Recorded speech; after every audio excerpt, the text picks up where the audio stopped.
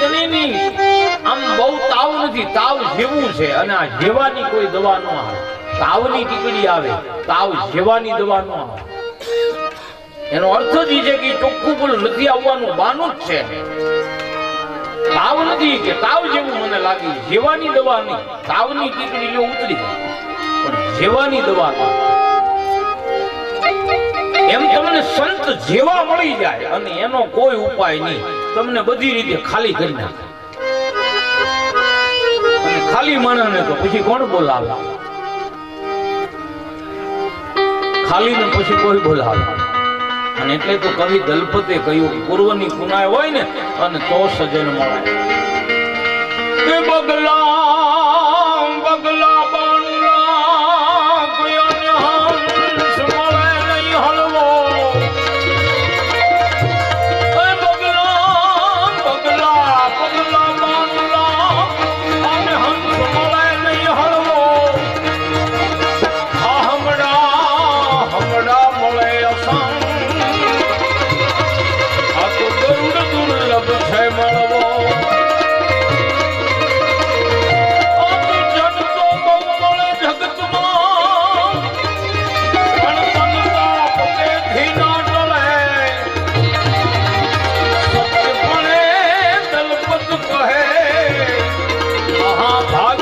સજ્જન મળે મહાભાગ્ય સજ્જન.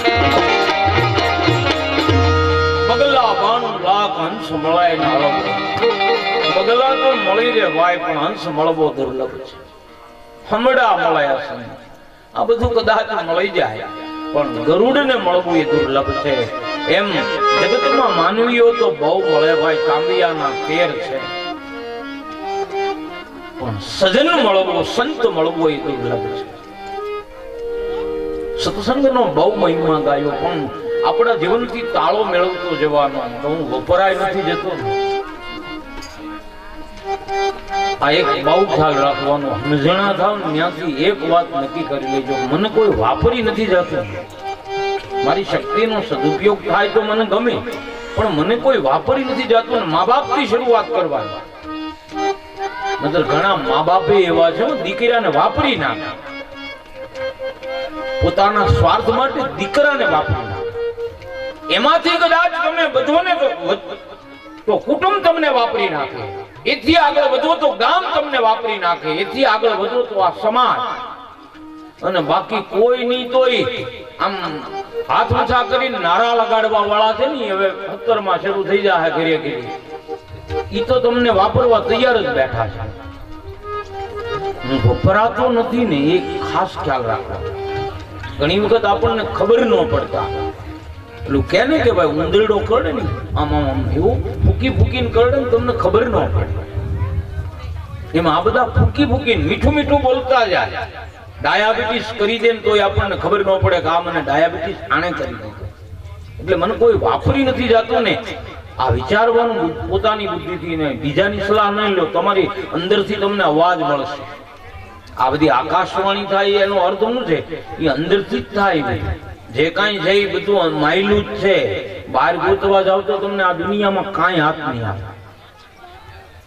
એ કોડી કરડે રમવામાં વીટી ગોતવાની ને એ જ અઘરું છે મારા વાલા. કોડી હાથમાં આવી જાય, હોપારી હાથમાં આવી જાય, ખારિયાક હાથમાં આવી જાય, પણ વીટી ગોતવી ને એ જ અઘરી છે. પણ એ આપણે હાથને દઈએ વાત કરવાની. ઘણા કેમ કે ભાઈ વીટી જડે એનું ઘરમાં હાલે, તો મને જડી. એટલે ઘણાને જડી હોય, પણ અને હું વ્યાસપીઠ ઉપરથી કહું વીટી જડે એનું જ ઘરમાં હાલે. પણ એમાં એનું તત્વજ્ઞાન છે. 7મે દિવસે રૂક્ષ્મણ વિવાહમાં એ બધી વાતો કરીશું.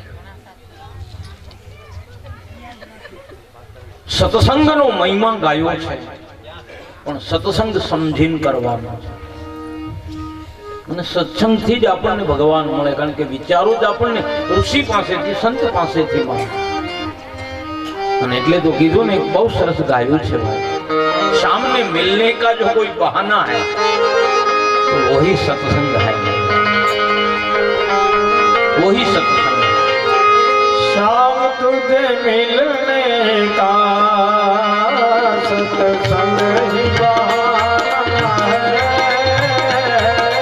शाम तुझे मिलने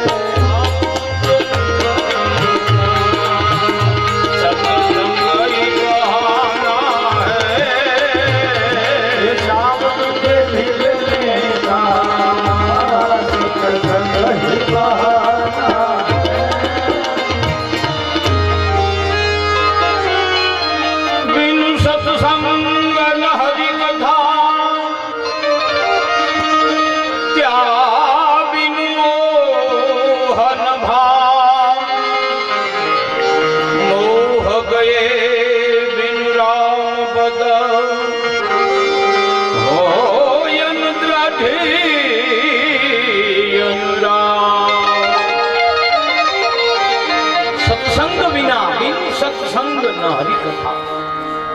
તમે સત્સંગ કરો ને તો હરિકથામાં તમને આનંદ આવે, અને હરિકથા સાંભળ્યા વિના આપણા જગતમાંથી મોહ દૂર ન થાય. કારણ કે કથા સાંભળીને આપણને ખ્યાલ આવે કે બ્રહ્મ સત્ય અને જગત મિથ્યા. આ જગત છે ને એ નાશવંત છે, મિથ્યા છે. આપણે બધા મળ્યા છીએ પણ આપણો કાયમી સંબંધ નથી.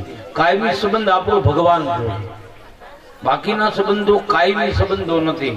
આપણે વયા જઈને પછી પાછા માંગુકામાં જન્મ લઈ તોય આપણને કોઈ ઓળખશે નહીં કે ગત જન્મે આપણે કાર્તક મહિનામાં આર્ય કથા મંડપમાં બેઠા હતા, ઓળખશે નહીં.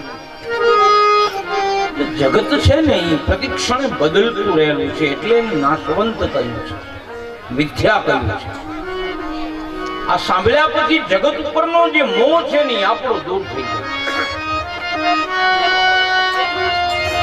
આ બધું આવડવું જોઈએ, બહેનોને ફાવે.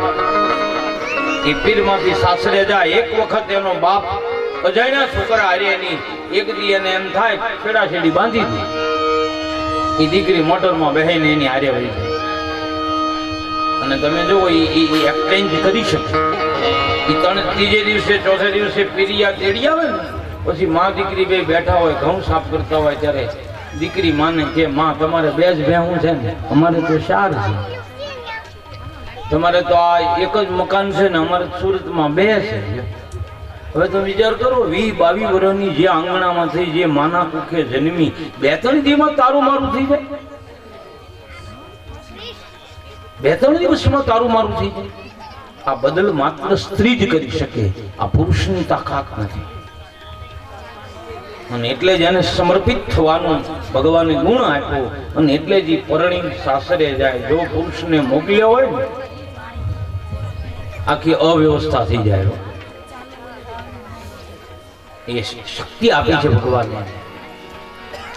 એમ એ જે ગુણ છે ને પ્રત્યેક જીવમાં આવવો જોઈએ. પ્રત્યેક જીવમાં જગતમાં રહેવાનું બધાની સાથે, પણ મારો મુખ્ય ધ્યેય ભગવાનને પ્રાપ્ત કરવાનો રહેવાનો.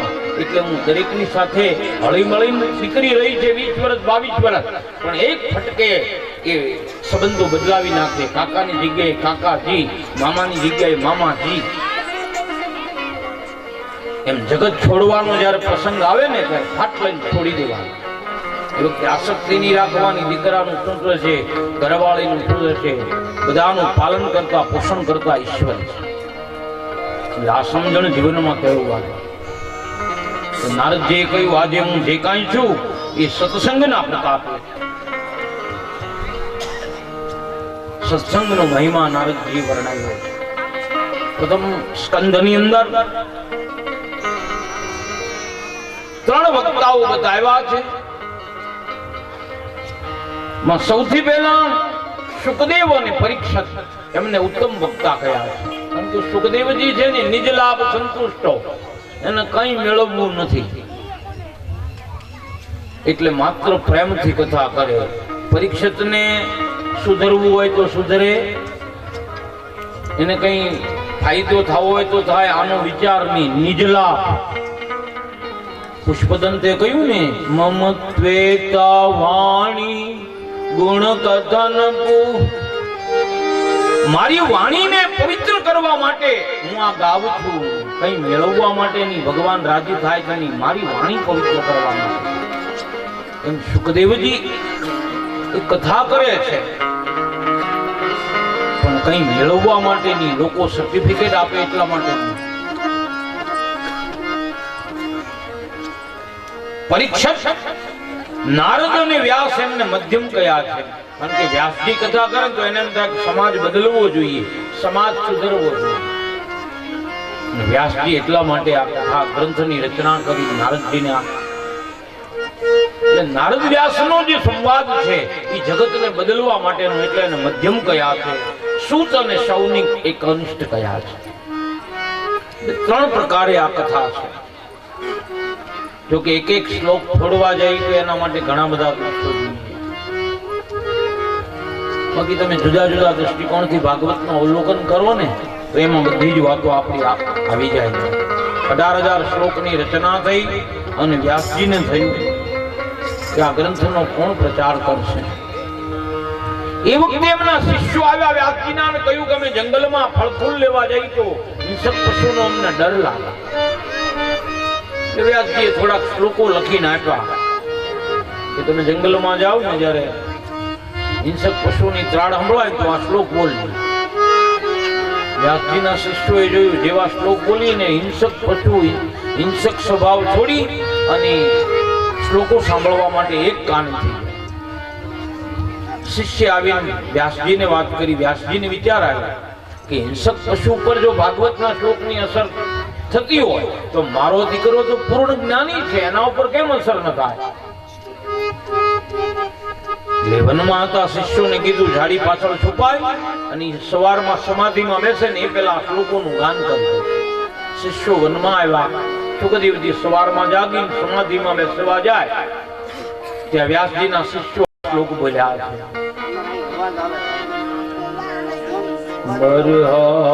પીડમ નટવર વપુ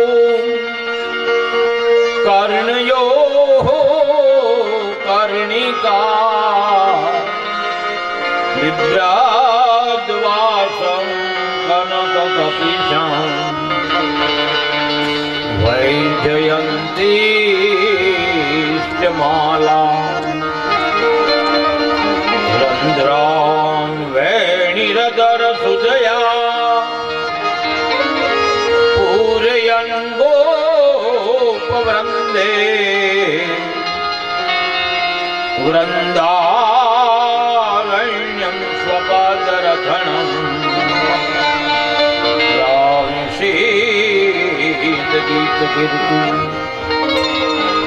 વેણુગીતમાંથી શિષ્યોએ આ શ્લોક લીધો અને વનની અંદર આ શ્લોકનું એક પારાયણ કરે છે. સુખદેવજીના કાનમાં શ્લોકનું ગુંજારો ગયો ને એને વિચાર આવ્યો, ઓહો કૃષ્ણ કેટલા સુંદર દેખાય છે. બરહા પીડમ નટવર વપુ કર્ણયોહો કર્ણકા. રંગમંચ ઉપર જેમ નાયક શોભે એમ આગળ ગાયો પાછળ ગાયો વચ્ચેમાં એ કાનો, કાનની અંદર કરેણ છે, માથે મોરપીંછ, પગમાં ઘૂઘરા, હાથમાં બંસરી છે, બાજુબંધ બેરખા જેણે બાંધ્યા છે. એ ગાયોની વચ્ચે કેટલો શોભે અને પાછો આખો દિવસ ગાયોની પાછળ દોડ્યો એટલે શરીરમાં પરસેવો વળ્યો અને ગાયોની ચરણ જ એના શરીર ઉપર લાગી. કેટલું અવલૌકિક દ્રશ્ય છે. લાલો કેટલો સુંદર દેખાય. સુંદર દેખાવા માટે છે ને ભાઈ, ભગવાન મને મારવો લાગે ને તો ભગવાન સુંદર દેખાય. બહેનોને જલ્દી સમજાય જાય. બીજાનો દીકરો અપ ટુ ડેટ હોય, વ્યવસ્થિત હોય ને પણ એ ચેડે ને પછી તરત મૂકી દે. તારો ખાનો છે ને વજન વાળો બહુ, એનો એને ભાર લાગે. અને પોતાનો દીકરો ભેના વાહા જેવો હોય ને, કાદવમાં રગટોળેલો તોય એને સુમિયું ભરતી હોય, મારો લાલો. એને પોતાનો કાનો ભેના વાહા જેવો નથી દેખાતો, એને તો કનૈયા જેવો સુંદર દેખાય, કારણ કે મારો છે. અને ભગવાન બધાયના છે ને આને જ્ઞાન કહેવામાં આવે. ભગવાન મારો છે, આનું નામ જ ભક્તિ, બીજા કોઈનો નહીં. ભગવાન મારો એકલાનો. ભગવાન બધાયનો નહીં, મારા એકલાનો છે, આનું નામ જ ભક્તિ.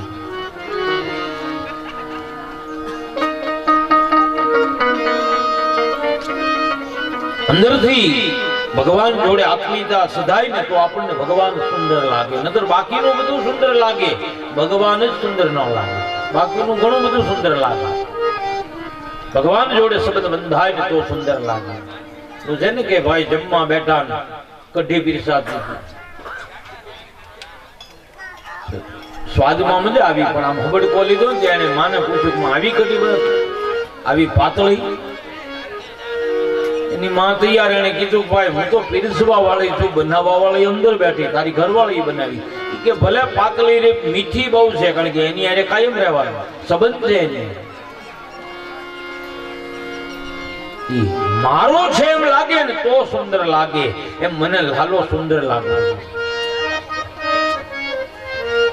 મને મારો લાગવો જોઈએ. લાલો મારો એકલાનો લાગે. સુખદેવજીને વિચાર આવ્યો કે ભગવાન આટલા સુંદર છે, સગુણ પૂજા એ શ્રેષ્ઠ પૂજા કહી છે. નિર્ગુણ બ્રહ્મનું ધ્યાન કરવું એ કરતા સગુણ પૂજા શ્રેષ્ઠ છે. લાવને હું સગુણ પૂજા કરું, ત્યાં પાછો માણસમાં વિચાર આવે કે હું લાલાની અર્ચના પૂજા કરું, લાલો દોડતો આવે તો એ તો ખાવા માંગુ કે લાય માખણ તો મેં તો લંગોટીનો ત્યાગ કર્યો, મારી પાસે કાંઈ છે નહીં, હું આપું હું. સુખદેવજીની દેવાની તૈયારી હતી પણ એની પાસે કાંઈ હતું નહીં, લંગોટીનો ત્યાગ કર્યો. તો આપણી પાસે છે ઘણું પણ ભગવાન માટે કાંઈ નહીં. હળવેક બેન ટકોર કરવું, હળવેક બેન અમારી હળવી ટકોર છે. તમે જોજો આપણે બધા પ્રેમથી જમી, લગ્નમાં બધાનું ઘરે તમે જુઓ 40 આઈટમ 60 આઈટમ હોય, પણ ઘરે કુળદેવીને બેહાર્યા, ગોત્રી સ્થાપના કરી હોય, એમાં 23 દેવીઓનું આહવાન કર્યું. ગૌરી, પદ્મા, સતી, મેધા, સાવિત્રી, ઘણી બધી વાતો થઈ જાય. એમાં ટૂંકમાં એ ભૂખ્યા બેઠા હોય, કુળદેવીની પહેલી કંકોત્રી લખી હોય અને કુળદેવી આપણા આંગણે આવ્યા, બેહવા, એને સ્થાપન આપ્યું, પણ કોઈએ જમાડ્યા દાખલા ખરા? એમાં અહીંયા ઠાકરનું જે થતું હોય એ ખરું. હળવો ટકોર છે. ભૂખ્યો છે જગતાત કોઈ તો ખવડાવે. ભગવાન જમતો નથી હો. આ તો ભાગવત આપણને બતાવે, ભક્તમાં તાકાત હોય તો ભગવાન જમે. વિદુરની ભાજી ખાધી, શબરીના બોરા ખાધા, સુદામાના પૌવા ખાધા. ભક્તમાં તાકાત હોય ને તો ભગવાનને ખાવું પડે, ને તો ભગવાનને ભૂખ જ નથી લાગતી. આપણા હૃદયનો ભાવ જોઈએ, પ્રેમ જોઈએ, તો ભગવાનને ભૂખ લાગે. હૃદયમાં એના માટે તૈયારી જોઈએ. અને એટલે જ આપણને કીધું કે રોજ બપોરે જમો ને ત્યારે ભગવાનને જમાડી જમો. આમ તમે જુદો થાળ નો ધરાવો તો કાંઈ નહીં, બેસો ત્યારે જે આવડે, જે ઈષ્ટદેવને માનતા હોય શ્લોક બોલો, જે કાંઈ આવડતું હોય એ બોલો, પણ કંઈક ભગવાનને યાદ કરીને જમો મારા. એ અન્ન આપે ને બચાવે છે, સાથમાં ખાવા આવે છે. અન્ન આપે ને પચાવે છે, સાથમાં ખાવા આવે છે. લોહી લાલ બનાવી શરીરમાં, લોહી લાલ બનાવી શરીરમાં, કરતો એ શક્તિ દાન કરો સૌ. ત્રિકાળ સંધ્યા ગાન કરો સૌ, ત્રિકાળ સંધ્યા. આપણને ખબર નથી, આપણે ગમે તે મોરી દઈએ પછી અંદર કેમ થાય કોને ખબર છે, મારો ઠાકર જાણતા. તો આપણે કમસે કમ એને યાદ કરીને જમીએ ને તોય ભગવાન ખુશ થઈ જાય. સુખદેવજીને વિચાર આવ્યો કે લાલો આવશે તો માખણ માંગશે તો હું શું કરીશ. ત્યાં શ્લોકો બીજા બોલ્યા, બીજો શ્લોક બોલ્યા. અહો બકી સ્તનકાલ કૂટં જિંદ્યાસયા પાય યદાભ્ય સાત્વે લેભે ગતિદાતૃજિતા તતવન્યં તમ વા દયાલુ શરણં વ્રજે. સુખદેવજીના મનમાં હતું કે લાલો આવે માખણ માંગે ન હોય તો લાલો ક્રોધે ભરાય, એટલા માટે શિષ્યો બીજો શ્લોક બોલ્યા. એને કીધું લાલા જેવો બીજો કોણ હોઈ શકે, જે પૂતના એને મારવા માટે પોતાના સ્તન ઉપર કાલકૂટ ઝેર લગાડીને આવી અને એને જે યશોદાની ગતિ મળવી જોઈએ, પૂતનાની ગતિ આપે, આવો દયાળુ બીજો કોણ હોઈ શકે. અને સાંભળીને સુખદેવજી ઉભા થઈ ગયા, હવે મને ચિંતા નથી. એને આજુબાજુ જોયું કોણ શ્લોક બોલે. શિષ્યો જાડીમાંથી બહાર આવ્યા અને પૂછ્યું આ કોણ? તો કે અમે વ્યાસજીના શિષ્યો છીએ, એને આ શ્લોક બનાવ્યા. આ તો અમે નમૂનાના બોલ્યા છે, બાકી આવા 18,000 શ્લોક છે. એટલે એને એમ થયું કે હું એનો ઉત્તરાધિકારી છું. વ્યાસજી ના આશ્રમે સુખદેવજી આવ્યા, દંડવત પ્રણામ કરી અને શિષ્યત્વ સ્વીકાર્યું અને વ્યાસજી એમને ભાગવત ગ્રંથ અભ્યાસ કરાવ્યો. સુખદેવજી વ્યાસજી પાસેથી આ ગ્રંથ ભણ્યા છે અને આગળની કથા 7-8 મિનિટની વિશ્રાંતિ પછી એ ગાળા દરમિયાન અહીંથી ધૂન ગાશું. બોલીએ બાલકૃષ્ણ લાલ કી જય, ગોવર્ધન નાથ કી જય.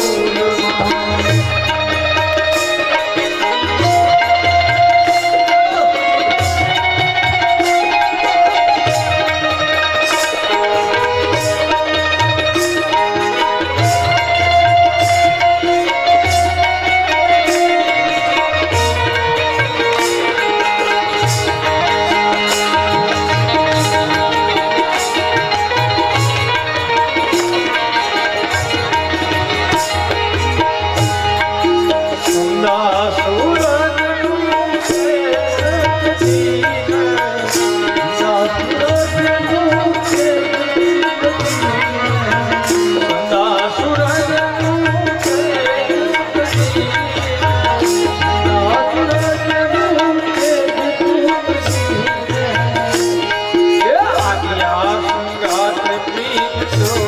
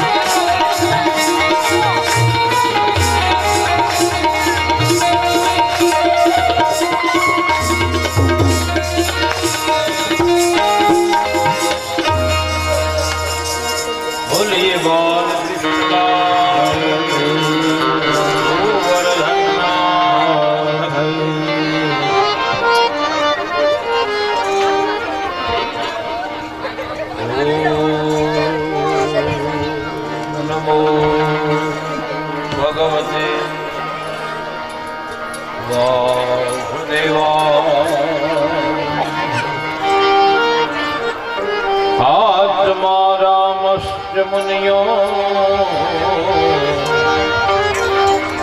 निर्ग्रंथाप्युरुक्रमे कुर्वन्त हेतु की भक्ति नित्यं मद्गुणो જે આત્મામાં જ રમમાણ રહેવા વાળા છે, જેની અવિદ્યાની ગ્રંથિ છૂટી ગઈ, નિર્હેતુક ભક્તિ, હેતુ વિનાના જે ભક્તિ કરે છે તેને કઈ જોઈતું નથી, એવા લોકો પણ આ શ્લોકો સાંભળી અને આનંદિત બને છે, એને પોતાના તરફ ખેંચે છે. પરીક્ષતે પણ સુખદેવજીને તે જ કહ્યું. એક દિવસ હતો કે હું ભૂખ્યો તરસો થયો, ઋષિએ મને પાણી ન આપ્યું, ગળામાં મરેલું સર્પ મેં નાખી દીધું. આજ હું કથા સાંભળવા બેઠો છું, પણ મારા ભૂખ તરસ ચાલી ગયા, મને તરસ નથી લાગતી. નૈષા કીધું સહાક્ષણમાં શક્રતો વિબાધ્યતે પિબતં ત્વન્મુખામોજસયુતં તવ હરિ કથામૃતં. તમારા મુખેથી હું કથા સાંભળું તો મને ભૂખ તરસ નથી લાગતી. આ ભાગવતના શ્લોકો એટલા આકર્ષિત કરનારા છે. જળબુદ્ધિનું માનવ પણ એકાગ્ર બની અને જો કથા સાંભળે તો એના મનબુદ્ધિમાં ચોક્કસ પરિવર્તન આવે, પણ એ વિચારો એકાગ્ર થઈને એમને સાંભળવા. પ્રથમ સ્કંદની અંદર પહેલા વક્તાની કથા કહી, હવે પછી શ્રોતાની કથા કહેવામાં આવે. કારણ કે ભક્તિ કોના જીવનમાં ઉતરે?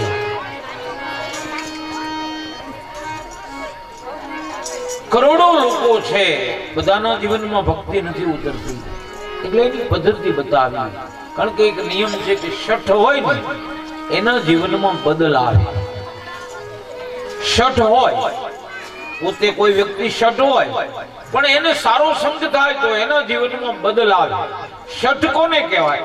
જેના માતા પિતા સંસ્કારી છે, દીકરો કુસંગે ચડી ગયો હોય, એને જો સારા માણસનો સંગ થાય તો એના જીવનમાં બદલ આવે.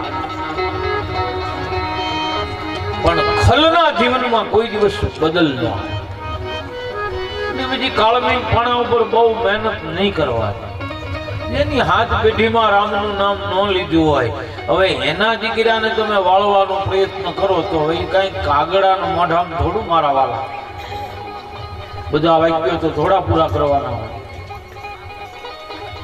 જેના માતા પિતામાં સંસ્કાર નથી અને એનો દીકરો કુસંગે ચડે, એની પાછળ તમે આજીવન પ્રયત્ન કરો, એનામાં બદલ ન આવે.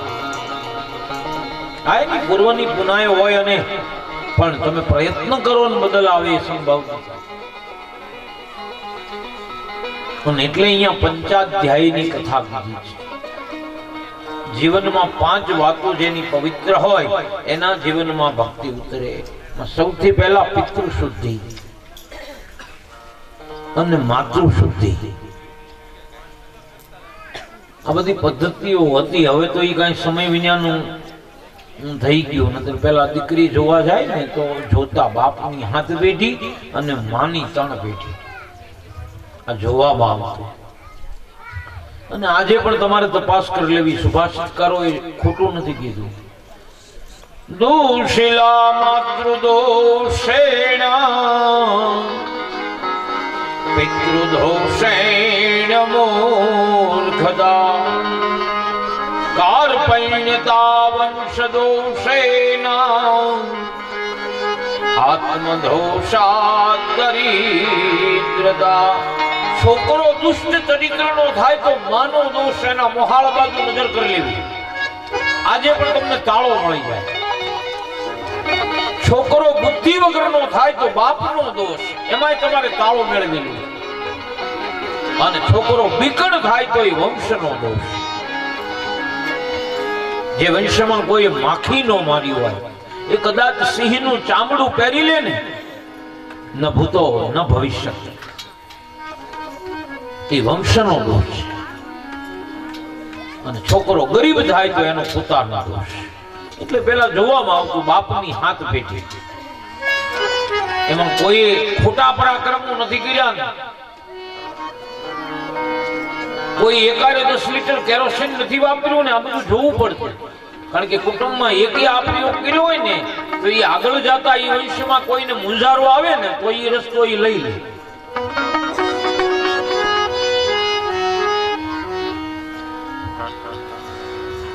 આ બધું જોવામાં આવે. એવી રીતે માની 3 પેઢી, એમાં કોઈ માનસિક રીતે વિકલાંગ નથી ને. તો ગમે ત્યારે ઉતરે, બીજી પેઢીએ ઉતરે, ત્રીજી પેઢીએ ઉતરે, પણ ઉતરે ખરું બધું. કારણ કે હવે તો એ કઈ મોકો મળતો નથી જોવાનો. કોક ડોકું હલાવવું જોવે કાપી, કારણ કે હવે એ જોવા જાય તો એમને એમ રહે. સમય ફરી ગયો હવે. અને દીકરીનું શું જોવાનું? દીકરીનું રૂપ નહીં, એ બીજો નંબર આપો, પણ દીકરીની આંખ જોવાની. જે કન્યાને જોવા જાવ ને એની આંખ જોવાની. એના ઉપરથી તમને બધો ખ્યાલ પડી જાય કે 1 વાગે જમ્યાના ટાઈમે આ રોટલી બનાવશે કે આ ક્યાંક બેઠી છે ક્યાંક મીટિંગ કરીને. એની આંખ ઉપરથી બધી જ ખબર પડી જાય. પણ એ જોવાની દ્રષ્ટિ જોઈએ. જેનો આંખની અંદરની જે કીકી છે સ્થિર રહેતી હોય તો સમજી લેવાનું આંખો વીચીને આ પાડી દો. જિંદગીમાં ક્યારેય એ કુટુંબના સંસ્કારને લજવશે નહીં. પણ જે કન્યાની આંખની કીકી સતત આપણે બેઠા હોય ગમે તે કોઈ આવે ને સતત ફર્યા કરે તો સમજી લેજો આ ઘરે બહુ ટકશે. જોકે જોવાનો દ્રષ્ટિકોણ જોઈએ. પણ મેં કીધું એમ હવે જોવાનો કઈ ગાળો છે નહીં, અવસર જ નથી. હવે તો કોઈક હા પાડવો જોઈએ. એમાં કેટલા શેડા કરવા પડે ત્યારે પણ ભક્તિ કોના વંશમાં ઉતરે? કે જેના માતા પિતા સંસ્કારી છે. અંદર એક ગામમાં તમે જો ને કોકના માથામાં પાટો, કોકના હાથમાં પાટો, કોકના પગમાં પાટો, ગામ બધું ભેગું થયું. આખું ગામ ભાઈ માંદું થયું. પાટા કેમ? કારણ કે એક માથા ભારે માણસનો છોકરો પાદર વિશાળ મોઈ દંડીએ રમે ને જે નીકળે મોઈ વાગે તો એમ માથા ભારે માણસનો છોકરો એટલે એને કોઈ કાંઈ કહી તો એકે. પછી ગામ થી બધું ભેગું કે ભાઈ આમ થોડું હાલે, કાંઈ ફરિયાદ તો એના બાપ ના કરવા જાય. ગામના પાદરમાં જ એનો ડેલો એટલે કે આખા ગામે નથી જવું, અમે 3 જણા જઈએ, જોઈએ આખું સાંભળે કે શું થાય છે, નતર પછી આખું ગામ આવજો. એટલે 3 જણા ગયા. ગામ આખું જોવે, 3 જણા હિંમત કરી ગયા. એ ડેલે સુધી પહોંચ્યા, 2 મિનિટ ત્યાં ડેલે ઉભા રહ્યા, 3 ને પાછા આવ્યા. ગામ લોકોએ કીધું મોટે ઉપાડે ફરિયાદ કરવા ગયા હતા, ડેલો એ ખોલ્યો નહીં ને એમને ગયા. કે અમે ડેલાનો એક કાણું હતું એમાંથી જોયું તો એનો 60 વર્ષનો બાપ ફળિયામાં ઉભો ઉભો ગરિયો ફેરવતો. એને તો હું ફરિયાદ કરવી, 60 વર્ષે ગરિયા ફેરવતો હોય. હવે એનો છોકરો મોઈ દાંડીએ ન રમે તો એ થોડા સારા કામ કરે. કહેવાનો અર્થ બાપના જે સંસ્કારો છે, દાદાના જે સંસ્કારો છે, બધા દીકરામાં ઉતરે. માના, નાનીના, દાદીના બધા ગુણો છે ને એ દીકરીમાં ઉતરે.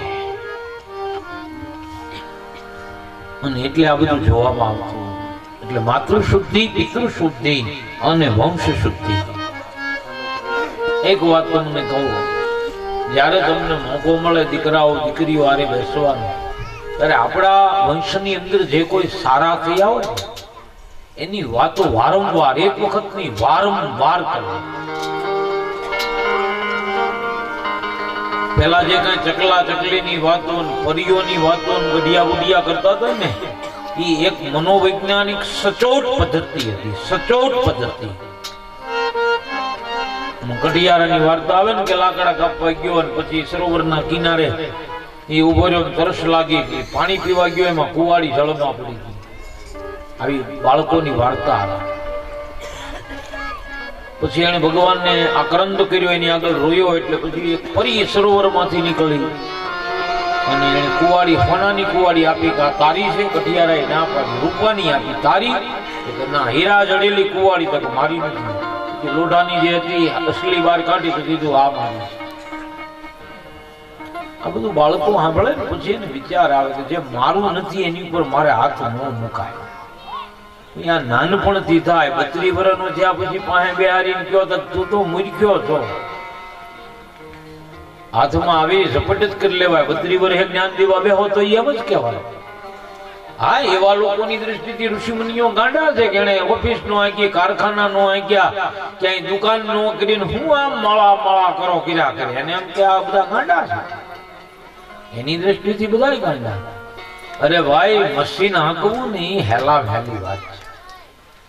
કારણ કે એનું નક્કી હોય તમે આ પ્રમાણે મશીન ગોઠવો. દાખલા તરીકે 4 વ્હીલ છે તો એમાં જે કઈ સ્પેર પાર્ટ છે તમે ગોઠવી નાખો એટલે હાલવાનું. અઘરામ અઘરું જો કાંઈ હોય તો માણસને હલાવવું ને એ અઘરામ અઘરું. અને ઋષિમુનિઓએ માણસોને ચાલતા કર્યા, દોડતા કર્યા છે. અઘરામ અઘરું માણસ તમે જોજો. તમારે ખરખરે જવાનું હોય ને કોકને હારી લેવા પડે ને તો તમે કાકાને કીધું હોય ને તો હાજે કે આવીને વાત હતા સવારમાં તમે 6 વાગે રિંગ કરો, પછી 8 ની ગાડી છે તો તૈયાર છો. 7:30 ફોન કરો તો કે બસ ચાની કેવી હાથમાં છે, બહાર જ નીકળું છું. અને 8 માં 5 ઓછી તમે એમ કહો ગાલભાઈ યારું કોને ખબર પેટમાં સાહકો આવ્યો હોય કે યારું નહીં હવાય મારીથી, હવે તમે એકલા લઈ આવો. 8 માં 5 ઓછી આપણને પરિચયો લાવી દે, એનું નામ માણસ. અને તમે જાઓ ને એ ભેગા ગાડી બહાર કાઢીને પાછો એ ગારિયાદાર પહોંચ્યો. પણ 8 માં 5 ઓછી સાહકો લાવી ક્યારે અટકીને ઉભો રહી માણસ નક્કી નહીં. જયારે મશીન છે ને દાખલા તરીકે કુવામાંથી પાણી બહાર કાઢવાનું મશીન ગોઠવી જોઈએ, તમે હાજર હો કે ન હોય પાણી બહાર ફેંક્યા જ કરે. એમાં તમારે પૂજા કરવાની ફેંક્યા જ કરે 8 કલાક 10 કલાક. માણસનું નક્કી નહીં.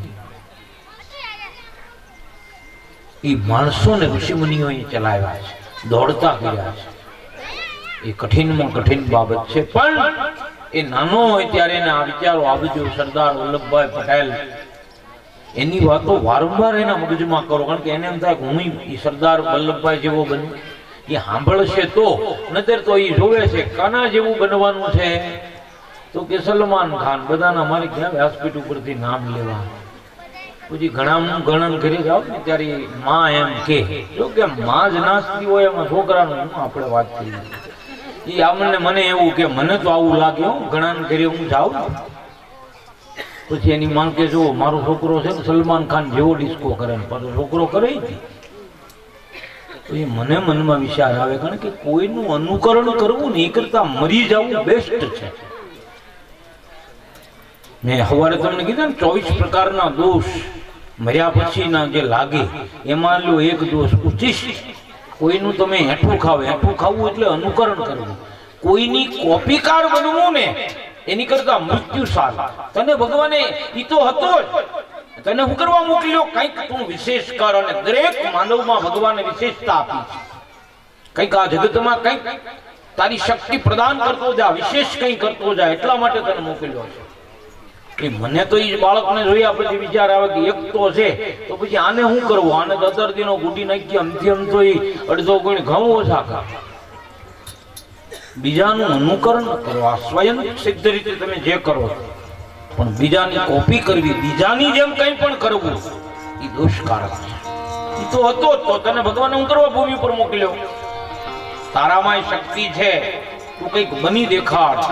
તારા તાલે દુનિયા નાચે આવું જીવન કરી બતા.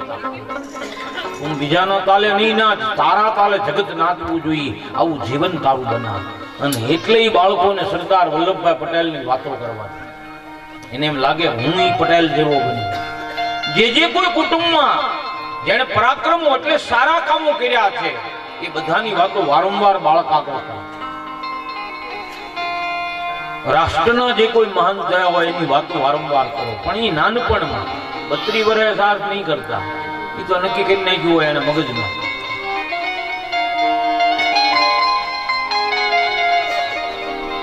અને એટલે વંશ શુદ્ધિ પટેલોનું મેનેજમેન્ટ વખણાય. ગમે એ પ્રસંગ હોય ને, મને એક વાત બહુ પટેલોની ગમે. એ ખોટી લપન છપન ની પ્રસંગ પૂરો થયો બધો હિંકેલો. ઘણા ઘરે તમે જાઓ ને તો 4 વાગે જાન ઉગલી ગઈ 6 વાગ્યા સુધી ગોળ ડબ્બા મારતા બધા બેઠા હોય, બધું કામ એમને કર્યું. પછી હાજે આવું થેલા લઈને નીકળી જાય, બીજે દી આખું ઘર બિચારું, ઈ ઘરવાળો એનો ઘરવાળો ઈ જે કાંઈ એકાદ દીકરીની 4 જણા બધું વહેવતા હોય. મેનેજમેન્ટ બહુ પાકું પડે. મને ઈ ગમે. કથા હોય, ગમે ઈ પ્રસંગ હોય, કામ પૂરું થયું ઈ તરત જ પછાણા, પછી ગમે તેવું પાર્ટી હોય, ઓફિસર હોય, પણ ઈ લાગી જાય ખરો. આ બહેનોની ઉપર 50 તોલા હોનું ને 20,000 ની હાટી પહેરી હોય, પણ ઈ પુરુષ એમ કે અહીંયા હામણો મારવાનું ખામવાળા પગ એમ નથી, તો ઈ કાસડો કરીને ઈ જોવે ને કે ઈ હામણો મારી દે. આ મેં મારી નજરે જોયું છે. આ મેનેજમેન્ટ કામ બહુ સારું છે અને એને જાળવી પણ રાખવાનું, કારણ કે ખોટો સમય, એક પલ કિંમતી છે અને બગાડવાની નથી. કિંમતી પલ હોય, બહુ જરૂરી છે. લોકો ઘણા એમ પણ બોલે, તો લોકો તો બધા બોલવાના, તમે ગમે એવું જીવો ને લોકોનું કામ જ બોલવાનું છે કે ભાઈ મશીન ટાઈપ થઈ ગયા, દોડાદોડ કરે, પણ એ જરૂરી છે. સમય પ્રમાણે બધા કામ કરવા એ જરૂરી. એટલે વંશ શુદ્ધિ અને અન્ન શુદ્ધિ આ પણ બહુ જરૂરી છે. અન્ન તમે ઘરમાં લાવ્યા કઈ રીતે, કેવી કમાણી કરીને લાવ્યા, અન્ન રસોઈ બને છે કઈ રીતે, અને તમે જમવા બેસો ત્યારે કેવા વિચારો કરો છો, આ બધું જ અગત્યનું છે. કારણ કે અન્નમાંથી જ મન બને. એ બાપ દીકરીનો હાથ પકડી લે એવું અન્ન પેટમાં ગયું હોય ને તો હાથ પકડી લે, દીકરીનો હાથ પકડી લે રાતમાં. મારે ભીષ્મ દાદાનો મોક્ષ કરવો છે, બહુ સુંદર વાત છે. એટલે અન્ન તમે કેવી પદ્ધતિથી ઘરમાં લાવો, ખાલી કમાણી કરી લાવો, કારણ કે અન્નમાંથી મન બને, મનનું કામ વિચાર કરવાનું. એટલે અન્ન તો શુદ્ધ જ હોવું જોઈએ. બનાવનાર પણ પવિત્ર બની, રહોડામાં તો ટીવી નહીં જ ગોઠવતા, રિહાન વહી જાય તો રોડ બી નાખજો. હા, નકર પછી બધા સંતાનો બધા ડિસ્પોઝ કરશે, બીજું કાંઈ જિંદગી નહીં કરે.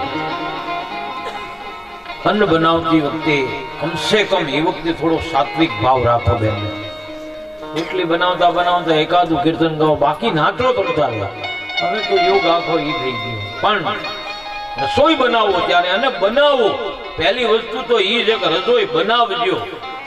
બહાર નહીં મોકલતા, અને બહાર મોકલશો તો ઈ બીજાનો થઈ જાય. કારણ કે બે જ વાતો તમારા હાથમાં છે પુરુષને કાબુમાં રાખવા, એક ભોજન ને એક શયન. જો ભોજનમાં તમે એને વારા ઘડીએ લઈ જાશો તો ફરિયાદ નહીં કરતા, સગનો મારો નથી રહ્યો.